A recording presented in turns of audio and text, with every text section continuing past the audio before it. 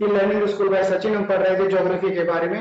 Last lecture में हमने cover किया था लो प्रेशर और हाई प्रेशर के बारे में, जो पृथ्वी पर उसके कारण से जो प्रेशर बनते हैं, जो गैसों का मिश्रण होता है। तो इस लेक्चर में हम कवर करेंगे लेक्चर 15 है हमारा ज्योग्राफी का, वायु की गतियां, यानी कि जो हमारी वेलोसिटी है एयर की। अब हम उसके बारे में डिस्कस करेंगे। तो चलिए शुरू करते हैं।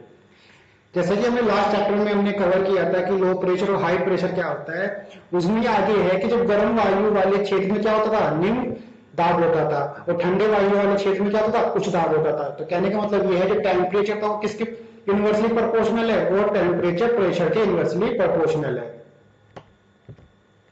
तो जहां पर गैस पतली होगी, जहां पर हवा पतली होगी, वहां पर क्या होगा, वहां पर टेम्परेचर हाई होगा, यानी कि ठंडे वाले में। और जहां पर जो हमारा वायु है वो कैसी होगी, भारी होगी, तो वहां पर निम्न दाब होगा, तो वहां पर टेम्परेचर ज्यादा होगा। वायु जो होती है सदैव उच्च दाब क्षेत्र से निम्न वायु दाब के क्षेत्र की ओर बहती है। पृथ्वी के धरातल के निकट वायु की इस क्षैतिज गति को हवा या पवन कहते हैं। तो जो वायु है जो हमारी है वो कैसे फ्लो करती है, यानी कि वो हाई प्रेशर से लो प्रेशर की तरफ वो फ्लो करती है। जो पवन दिशा संबंधी सिद्धांत है कि धरातल पर चलने वाली पवनों की दिशा वायु दाब में अंतर और पृथ्वी की जो घूर्णन गति होती है उसके द्वारा वो निर्धारित होती है। यानी कि जो चाल है उसकी, वो पवनों की, वो वायु दाब और जो पृथ्वी घूर्णन गति है जिसमें डिफरेंस होता है उसके कारण होती है। पृथ्वी अपनी धुरी पर कैसे घूमती है, वो पूरब से पश्चिम की तरफ घूमती है, यानी कि पश्चिम में से ऐसे चलेगी वो एंटी क्लॉकवाइज। घूमने के कारण ही पवनों की दिशा में क्या होता है, उनमें एक विक्षेपण यानी कि मोड़ होता है। जैसे कि आप ये देख रहे हैं, ये पवन चल रही है, पवनों की दिशा में परिवर्तन लाने वाले इस बल को क्या कहते हैं, विक्षेप बल या कोरियालिस बल कहते हैं। कौन सा बल कहते हैं, विक्षेप बल। यानी कि पवनों की दिशा में चेंजेस आए हैं फोर्स के कारण, वो फोर्स है आपका विक्षेप बल या कोरियालिस फोर्स है। वायु के अपनी मार्ग से विचलित होने की क्रिया को क्या कहते हैं, उसको विक्षेपण कहते हैं। जैसे कि आप ये डायग्राम में देख रहे हैं, इस विक्षेपण बल के कारण उतली गोलार्ध यानी जो नॉर्थ है हमारा, उसमें सभी पवनें अपनी दिशा से दाहिनी यानी कि पश्चिम की ओर, दक्षिण गोलार्ध में वायु यानी कि वो लेफ्ट हैंड की तरफ मुड़ जाती है। जैसे कि आप ये देख रहे हैं, ये उष्ण ध्रुवीय निम्न दाब वाला क्षेत्र, तो वो कहां को मुड़ गई, वो पश्चिम की तरफ को मुड़ गई। ये आई और ये पश्चिम की तरफ को मुड़ गई। और जो दक्षिणी गोलार्ध होता है उसमें वो बाईं तरफ को मुड़ जाती है। कहां मुड़ जाती है, वो बाईं तरफ को। जैसे कि आप ये देख रहे हैं, ये बाईं तरफ को मुड़ गई और ये वाली दाईं तरफ को मुड़ गई। इसी आधार पर फेरल नामक एक साइंटिस्ट हुए हैं, उन्होंने पवन की दिशा संबंधी अपने मत को प्रतिपादन किया था। पवनों के प्रकार आते हैं टाइप्स ऑफ एयर। किसी स्थान विशेष में चलने वाली जो विशिष्ट हवा को क्या कहते हैं, वहां पर उनकी लोकल विंड्स कहते हैं, यानी कि स्थानीय कहते हैं। स्थल से जल तथा जल से स्थल की ओर चलने वाली पवनों को हमसे क्या कहते हैं, स्थलीय या जलीय शमीर कहते हैं, यानी कि लैंड और सी ब्रीज कहते हैं। पवन जिस दिशा है वह जहां से शुरू होती है उसका नाम क्या है, उसी दिशा के नाम पर पड़ जाता है। यानी कि पवन जिस दिशा की है उसी के नाम पर क्या पड़ जाता है, उसका नाम पड़ जाता है। ऐसी पवनें जो वर्ष भर एक निश्चित दिशा में चलती हैं वो कौन सी होती हैं, वो ग्रह पवन या स्थायी। स्थायी होगी मतलब वो एक ही वर्ष भर एक ही डायरेक्शन में फ्लो हो रही है। इसके विपरीत पवनों की दिशा में मौसम के अनुसार जो चेंजेस आते हैं उन्हें मानसूनी या मौसमी पवनें कहते हैं। आई होप आपको दोनों के दोनों क्लियर हुए होंगे। मतलब कि जो स्थायी पवनें भी होंगी जो एक कांस्टेंट डायरेक्शन के साथ चल रही हैं, और जो किसी मौसम के कारण इनमें चेंजेस आ रहे हैं वो मानसूनी या मौसमी पवनें कही जाती है। इस तरह पवनों को दो वर्गों में रखा जाता है, सनातनी या स्थायी या नियतवाही पवनें। दूसरी होती है हमारी अनिश्चित या अस्थायी या अनियतवाही पवनें। तो पवनों के प्रकार जो स्थायी या नियतवाही होते हैं कौन कौन सी हैं, व्यापारिक यानी ट्रेडिंग, पछुआ, ध्रुवीय होती है। और अस्थायी कौन कौन सी होती है, जैसे मैंने बताया कि मौसम के चेंजेस के कारण क्या मानसूनी बन गई, और जो उसकी होती है सी वगैरह की ब्रिज होती है समीर बन गई स्थानीय। अब जो मानसूनी दो टाइप की होती है, ग्रीष्मकालीन और एक शीतकालीन। ऐसे स्थानीय जैसे कि चिनुक, ये चिनुक कहां पे होती है, ये आपको अमेरिका में देखने को मिलेगी। सिरोका, बोरा और लू कहां पर होती है, लू हमारे भारत में होती है। चिनुक कहां होती है, अमेरिका में, और लू होती है हमारी भारत में। जो ये समीर है ये कौन सी होती है, स्थल और जल यानी कि लैंड और सी ब्रीज वाली। इसको हम अगले जो नेक्स्ट स्लाइड आती है उसको हम डिस्कस करेंगे। तो सबसे पहले आती है हमारी स्थायी नियतवाही पवनें, जो एक पूरे वर्ष भर एक कांस्टेंट डायरेक्शन के साथ ही फ्लो होती है। इन पवनों की दिशा वर्ष भर प्राय समान रहती है। इसका वितरण कहाँ होता है? पूरे ग्लोब पर होता है। जैसे कि आप ये देख रहे हैं पूरे ग्लोब पर इनका वितरण है। इनकी उत्पत्ति संपूर्ण ग्लोब के तापक्रम तथा पृथ्वी के घूर्णन गति से उत्पन्न उच्च वायु दाब तथा निम्न वायु दाब से संबंधित है। यानी कि जिनकी उत्पत्ति है ये टेम्परेचर और जो पृथ्वी घूर्णन गति कर रही है उसको जो हाई प्रेशर और लो प्रेशर के कारण इनका संबंध होता है। इसलिए इनको क्या कहते हैं? इनको ग्रही पवने कहा जाता है। इनमें प्रमुख कौन सी है? व्यापारिक पवने, पछुआ पवने और ध्रुवीय पवन। ये कौन सी है? ये आपकी सब स्थायी पवने, यानी स्थायी भी नहीं है। तो सबसे पहले हम डिस्कस करेंगे ट्रेड विंड। ये कौन सी होती है? अयंतवर्ती या उपोष्ण उच्च वायु दाब से भूमध्य रेखीय निम्न वायु दाब की ओर व्यापारिक पवने चलती है। जैसे कि आप ये देख रहे हैं ये भूमध्य रेखा, ये येलो येलो वाली है, ये कौन सी है? यानी कि ये अयनवर्ती उपोष्ण जो उच्च वायु दाब है, जो ये हाई प्रेशर वाला है, यहाँ से ये कहाँ की तरफ बह रही है? ये आपकी भूमध्य रेखा की तरफ जो निम्न दाब है वहां पर ये बह रही है। और इनको क्या कहते हैं? इनको व्यापारिक पवने कहते हैं। इनकी दिशा नियमित होने के कारण प्राचीन काल में क्या होता है? जो व्यापारी होते थे वो अपनी पालयुक्त जालियानों के साथ, यानी जो नाव होती थी वो पर्दे वाली, उसको संचालन में उनको सुविधा होती थी, इसलिए उन्हीं के नाम पर इसका नाम उन्होंने व्यापारिक पवने रख दिया। पहले जो साइंटिस्ट है उनके नियमानुसार उत्तरी गोलार्ध में इनकी दिशा उत्तर पूर्व से दक्षिण पश्चिम होती है। यानी कि जो उत्तरी गोलार्ध है ऊपर वाला आपका ये नॉर्थ वाला, जो इनकी डायरेक्शन कौन सी होगी? उत्तर पूर्व। यानी कि आप ये देख रहे हैं उत्तर पूर्व, और जो दक्षिण तो उत्तर पूर्व से दक्षिण पश्चिम होगी। जैसे कि हमारी ये डायरेक्शन कौन कौन सी होती है? ऊपर होती है वो होती है नॉर्थ, नीचे होती है आपकी साउथ, राइट हैंड पर ईस्ट और लेफ्ट हैंड पर आपकी वेस्ट होती है। तो जो उत्तरी गोलार्ध में क्या होगा? इनकी दिशा उत्तर पूर्व से, यानी कि उत्तर पूर्व से ऐसे, उत्तर पूर्व से ये कहां जा रही है? दक्षिण पश्चिम जा रही है। यानी कि ये ऐसे जाके ऐसे जा रही है। जैसे कि आप ये देख रहे हैं ये उत्तर पूर्व से फिर दक्षिण पश्चिम चली गई। तो यही हमारे पैरल के अनुसार है। और जबकि दक्षिणी गोलार्ध में ये उल्टी होती है, वहां पर कैसी होती है? ये दक्षिण पूर्व से ऐसे चलेगी और उत्तर पश्चिम होती चली जाएंगी, यानी कि ऐसे डायरेक्शन मोड़ लेंगी। तो ये दक्षिणी गोलार्ध में दक्षिण पूर्व से उत्तर पश्चिम की तरफ बहती है। उसके बाद आती है हमारी पछुआ पवने, जिनको कहते हैं वेस्टर्ली विंड। उपोष्ण उच्च वायु दाब से उपध्रुवीय निम्न वायु दाब के दोनों गोलार्धों के बीच चलने वाली पवनें कौन सी होती हैं? पछुआ पवन कहते हैं। इनकी जो डायरेक्शन है उत्तरी गोलार्ध में दक्षिण पश्चिम से उत्तर पूर्व, यानी कि वही जो हमने इसका ये चार्ट बनाए, और ये नॉर्थ साइड और ये आपकी साउथ हो गई, ये आपकी ईस्ट, और इसके जस्ट अपोजिट कौन सी हो जाएगी? इसके जस्ट अपोजिट आपकी वेस्ट हो जाएगी। तो जो इनकी डायरेक्शन है दक्षिण पश्चिम से है, दक्षिण और ये पश्चिम, तो इनकी डायरेक्शन ऐसे गई और उत्तर पूर्व की हो गई, यानी कि ये ऐसे बह गई। ये कौन सी हो गई? ये आपकी पछुआ पवने हो गई। जबकि दक्षिणी गोलार्ध में क्या हो जाएगा? दक्षिणी गोलार्ध में ये उल्टा हो जाएगा। कहां चलेंगी? ये उत्तर पश्चिम की तरफ चलेंगी, यानी कि ये ऐसे चलेंगी उत्तरी दक्षिणी गोलार्ध में, और फिर दक्षिण से पूर्व की ओर चलेंगे, यानी कि ये चल रही है आपकी एंटी क्लॉकवाइज। अब आती है आपकी ध्रुवीय पवन, जिनको कहते हैं पोलर विंड। 60 से 65 डिग्री अक्षांशों के मध्य दोनों गोलार्धों में कम वायुदाब मिलता है। जो आप ये देख रहे हैं 60 से लेकर ये जो ये वाला है ये एरिया, ये क्या है? ये आपका लो प्रेशर मिलता है यहाँ पर। तो इससे क्या होता है? इसे शीतोष्ण कटिबंधीय दाब पट्टी कहते हैं। यानी कि यहाँ पर टेम्परेचर कैसा हो जाएगा? टेम्परेचर यहाँ पर बिल्कुल लगभग कम सही हो जाएगा। ध्रुव पर अत्यधिक शीत के कारण उच्च वायु दाब साल भर बना रहता है। ध्रुवीय उच्च वायु दाब से शीतोष्ण उप ध्रुवीय निम्न वायु दाब की पवनें चलती है। क्या कहते हैं? इन्हें हम पोलर विंड कहते हैं, यानी कि पोल्स पर ये चलती है।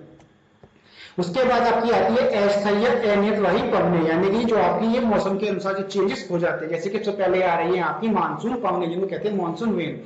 मानसून शब्द का प्रयोग उन पवनों के लिए किया जाता है जिनकी दिशा में वर्ष में 2 बार परिवर्तन होता है। ये पवनें ऋतु परिवर्तन के अनुसार अपनी दिशाएं जो अपनी डायरेक्शन है उसको ये चेंज करते हैं। जो एशिया महाद्वीप में उसमें ग्रीष्म ऋतु और शीत ऋतु के तापमानों में भारी विषमता पाई जाती है। तो मानसून विंड कौन सी होती है? जो साल में केवल 2 बार चेंजेस करती है, एक ग्रीष्म ऋतु में और एक शीत ऋतु में। तापमान की विषमता के कारण वायु दाब में भी क्या होगा? टेम्परेचर में क्या है? तो टेम्परेचर में चेंजेस आ रहे हैं तो उनके प्रेशर में भी चेंजेस आएगा। इसलिए शीत ऋतु में सागरों से स्थल की ओर चलने लगती है। सागरों से आने वाली पवनें आर्द्रता से भरी रहती हैं, इसलिए ग्रीष्म ऋतु में भारी वर्षा होती है। इसी ऋतु को पवनों का ग्रीष्म ऋतु मानसून कहते हैं। हमारे देश में ग्रीष्मकालीन मानसून से अधिक वर्षा होती है। शीत ऋतु में ये पवनें स्थल से जल की ओर चलती है, वर्षा कम होती है। तो हमारे यहाँ मैक्सिमम वर्षा कब होती है? जो हमारा ग्रीष्मकालीन मानसून आता है उसमें वर्षा अधिक आती है। अभी देखिए काम कैसे करती है। जैसे कि ये रेड वाला आप देख रहे हैं, ये कौन सा, ये आपका दक्षिण पश्चिमी मानसून है, और ये ब्लैक वाला ये उत्तर पूर्वी मानसून है। अब होता क्या है कि गर्मी आई यानी कि गिर ऋतु आई, तो उसमें क्या होगा, जो आपकी ये स्थल है, स्थल क्या हो गई है, स्थल आपके ये गर्म हो गए, और अब ये क्या हो गया, जो ये आपका ये सागर है, ये क्या है, ये समुद्र है, ये आपका ठंडा हो गया। तो अब क्या होगा कि आपकी जो यहाँ पर क्या हो गया, यहाँ पर टेम्परेचर आपका ज्यादा हो गया, टेम्परेचर ज्यादा हो गया तो मीन्स क्या होगा, यहाँ पर प्रेशर क्या हो जाएगा, प्रेशर यहाँ पर लो हो जाएगा, क्या हो जाएगा, प्रेशर आपका लो, यानी कि टेम्परेचर आपका लो हो गया और प्रेशर क्या हो गया आपका हाई हो गया, क्योंकि टेम्परेचर को प्रेशर क्या है, वो एक दूसरे के इनवर्सली प्रोपोर्शनल है। अब हमारे जो स्थल है वो क्या है, स्थल जो हमारे हैं वो अब गर्म हो चुके, तो जब वो गर्म हो चुके तो यहाँ पर प्रेशर क्या होगा, यहाँ पर प्रेशर लो होगा। और हमने भी पिछली स्लाइड में पढ़ा था कि जो प्रेशर, जो हवा चलती है वो जो लो प्रेशर से कहां चलती है, लो प्रेशर से वो हाई प्रेशर की तरफ चलती है। तो इसी कारण से ग्रीष्मकालीन मानसून आता है, और भारत में सबसे ज्यादा बारिश किससे होती है, ग्रीष्मकालीन मानसून से होती है। अब हो गया, अब हम चलेंगे शीत ऋतु में। तो शीत ऋतु में क्या हो गया, जो शीत ऋतु में जो हमारे ये स्थल थे वो क्या हो गए, स्थल तो हमारे ठंडे हो गए, और जो ये समुद्र का ये क्या हो गया, अब ये गर्म हो गया।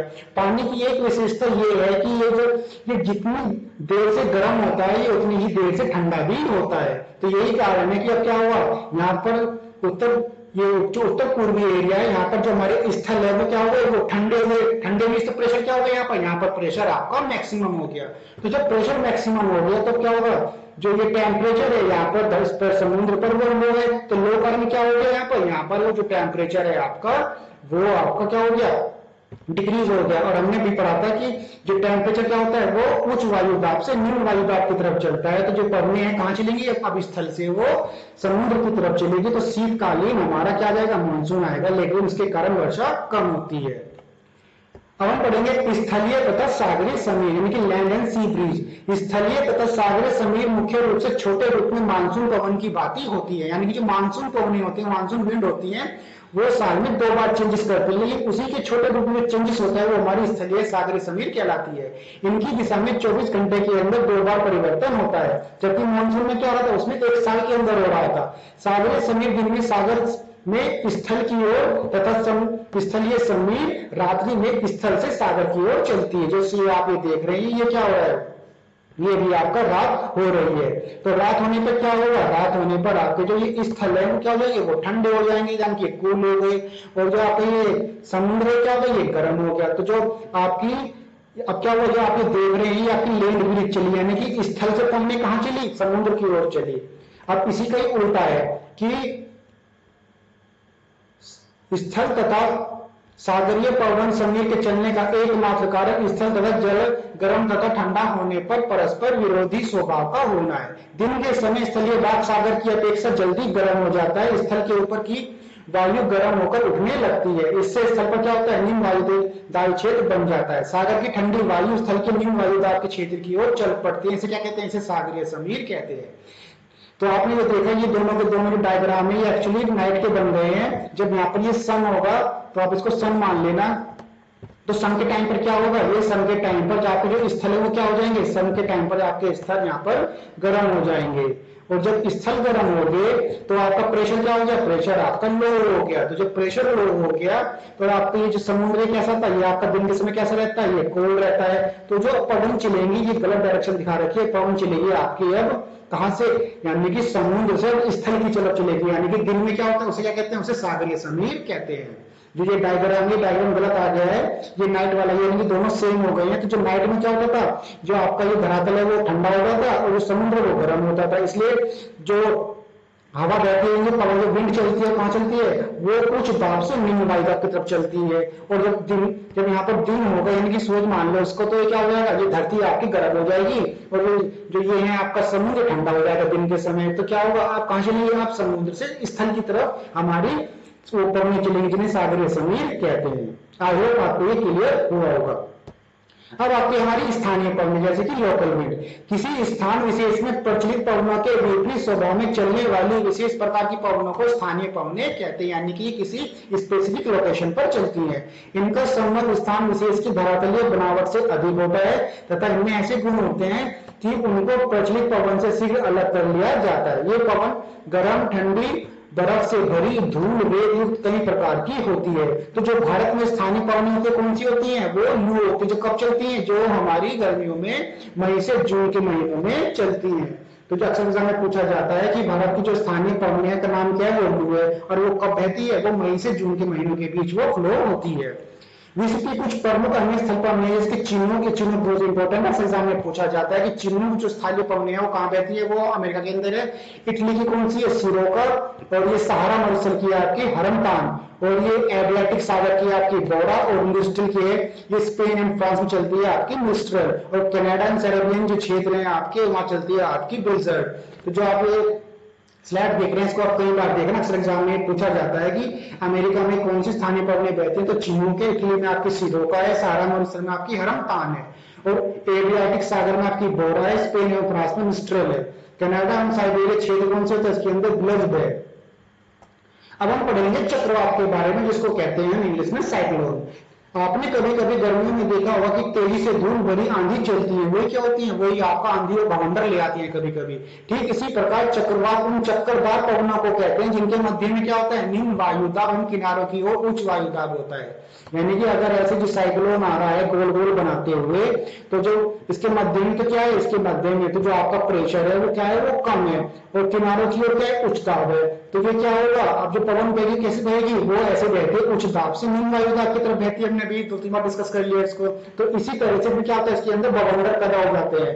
वायुमंडल में स्थानीय दिशाओं के कारण भंवर उत्पन्न हो जाते हैं जो भयंकर झंझावतों का रूप धारण कर लेते हैं, जिन्हें क्या कहते हैं? जिन्हें चक्रवात यानी कि साइक्लोन कहते हैं। ये विभिन्न आकार के होते हैं। इनका आकार 80 किलोमीटर से 300 किलोमीटर तक होता है।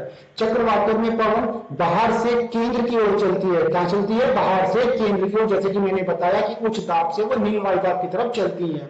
पवनों की दिशा कैसी होगी? उत्तरी गोलार्ध में तो घड़ी की सुमेलिका भी देख रहे हैं, ये उत्तरी गोलार्ध है तो ये क्लॉकवाइज है। और दक्षिणी गोलार्ध में क्या होता है? दक्षिणी गोलार्ध में ये एंटी क्लॉकवाइज दिशा में ये पवनें बहती हैं। तो जो आप रेड रेड देख रहे हैं इसको एक बार देख लेना, इस एग्जाम में पूछा जाता है कि जो पवनों की दिशा उत्तरी गोलार्ध में कैसी होती है? तो वो आपकी जो क्लॉक की डायरेक्शन में होती है, और दक्षिणी गोलार्ध में एंटी क्लॉकवाइज होती है। उसके बाद आते हैं कि चक्रवात की जो गति है सागरों के ऊपर वो तेज होती है। जैसे कि आप ये देख रहे हैं समुद्र है, तो इसमें क्या होती है? इसके ऊपर तेज होती है। स्थलीय भागों पर पहुंचने पर इनकी गति क्या हो जाती है? थोड़ी सी कम हो जाती है। इसलिए ये तटवर्ती भाग ही चक्रवातों से अधिक प्रभावित होते हैं। यानी कि ये जो हमारी प्लेन्स है, यानी कि जो मैदानी वाले इलाके हैं, वहां तक पहुंचते पहुंचते चक्रवात है उसकी स्पीड थोड़ी कम हो जाती है। इसलिए ये जो समुद्र किनारे वाले तट वाले क्षेत्र जैसे कि उड़ीसा, आंध्र प्रदेश, तो वहां पर ये ज्यादा तबाही लाते हैं। अभी उड़ीसा की सरकार ने ये चक्रवातों को मतलब कि मेजर करने के लिए उन्होंने कोई स्कीम भी चलाई थी, यानी कि कोई उन्होंने इक्विपमेंट तैयार किया था, क्योंकि वहां पर चक्रवात के कारण ज्यादा तबाही आती है। अब आते हैं हमारे उष्ण कटिबंधीय चक्रवात। उष्ण कटिबंधीय चक्रवात पृथ्वी के उत्तरी और दक्षिणी गोलार्ध में वो आपको 5 से 20 डिग्री अक्षांशों के बीच अधिक आते हैं। भारत में जैसे कि बंगाल की खाड़ी, जैसे कि मैंने बताया, ये आपका ये प्रायद्वीपीय पठार हो गया, इधर चला गया ये आपका पश्चिम बंगाल, और ये हो गया आपका बे ऑफ बंगाल। तो बंगाल की खाड़ी से उत्पन्न चक्रवात क्या करेगा? वो पश्चिम बंगाल वाला इलाका है, उड़ीसा और ये आंध्र प्रदेश, इन तीनों पर क्या लाएगा? वो तबाही ले आएगा। और साथ में तमिलनाडु पर भी। उधर कौन सा? इधर ये अरेबियन सी है। अरेबियन सी पर क्या होगा? ये गुजरात और जो महाराष्ट्र वाला जो एरिया, यहाँ पर ये तबाही लाता है, भागों को अधिक प्रभावित करते हैं। हमारे देश में कुल क्षेत्रफल का 8% भूभाग समुद्री तूफान या चक्रवात से प्रभावित है। उसके बाद ये क्या है कि ये बड़े विनाशकारी होते हैं। इन्हें चीन में टाइफून जो लिखा हुआ है, अक्सर पूछा जाता है कि टाइफून चक्रवात कहां पर आता है? तो चीन के अंदर आता है। मैक्सिको की खाड़ी में कौन सा आता है? टॉर्नेडो आता है। और उत्तरी अमेरिका में हरिकेन आता है। बंगाली खाड़ी में जो चक्रवात आता है इसलिए कहते हैं साइक्लोन को, से चक्रवात कहते हैं, क्योंकि चक्कर काटता हुआ, जैसे कि आप ये देख रहे हैं, ये ऐसे चक्कर काटता हुआ आता है। और ये धूल ये बहुत ज्यादा तबाही मचाता है जो उसके तट वाले क्षेत्र होते हैं। अब आते हैं हमारे शीतोष्ण कटिबंधीय चक्रवात, यानी कि जब कहां चले गए? चले गए पोल्स की तरफ। ये चक्रवात 30 से 35 डिग्री अक्षांशों के बीच दोनों गोलार्धों में आते हैं। ये आकार में अधिक विस्तृत होते हैं, परंतु पवनों की गति कम होने के कारण उस कटिबंधीय चक्रवातों की तुलना में ये कम विनाशकारी है। अब आता है हमारा एंटी साइक्लोन। साइक्लोन को खत्म करने के लिए एक एंटी साइक्लोन भी आता है। उससे क्या होता है कि जो हमारा साइक्लोन आता है वो खत्म हो जाएगा, जैसे कि नाम से ही जाहिर है।